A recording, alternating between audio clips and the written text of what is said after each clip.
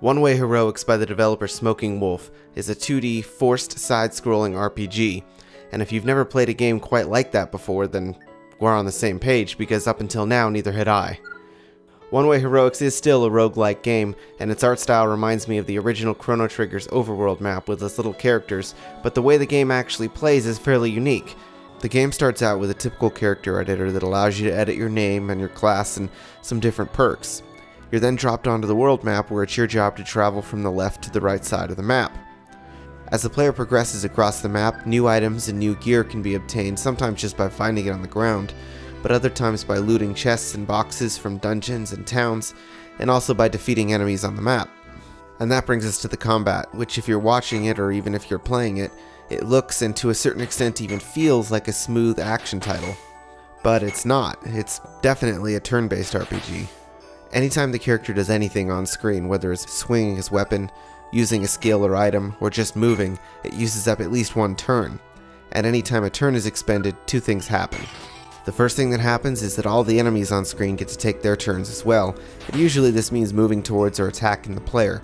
The second thing that happens is the darkness on the left side of the screen gets to move forward by small increments. If the player's health dips below 0, then he or she dies like you would expect. But what makes things interesting is if you're caught by the darkness, the character also dies.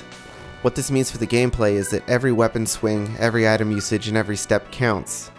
Just traveling across the map is smooth and doesn't take much thought, but every time you encounter an enemy or every time you make the choice to go into a building or dungeon, it becomes extremely strategic because you have to be able to escape the building or dungeon and dispatch the enemies as need be without getting caught by the darkness. The system itself is pretty simple, but the game actually fooled me with its smooth motion. It took conscious effort to stop, take my hands off the keyboard and think for a minute about my strategy. Remember, the game doesn't actually progress unless you take moves, and it allows you to really think about what you're going to do next. I was frustrated by this in the beginning, but once I got the hang of it, I really started to have a lot of fun with One Way Heroics. And it's that unique sort of strategic gameplay that makes things fun. In terms of the art style and direction, it's nothing to write home about. We've seen games that look and feel like this before, and the biomes are all fairly typical. But the real value in One Way Heroics comes from its low price and its replayability.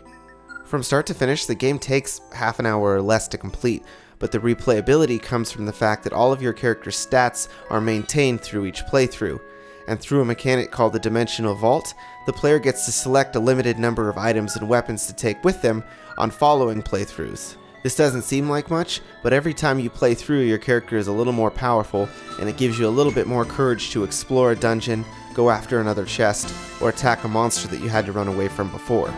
And that's actually not all. You're not limited to a single character. The game allows for multiple save slots which are accessible through items you pick up in the game, or through NPCs that you run into.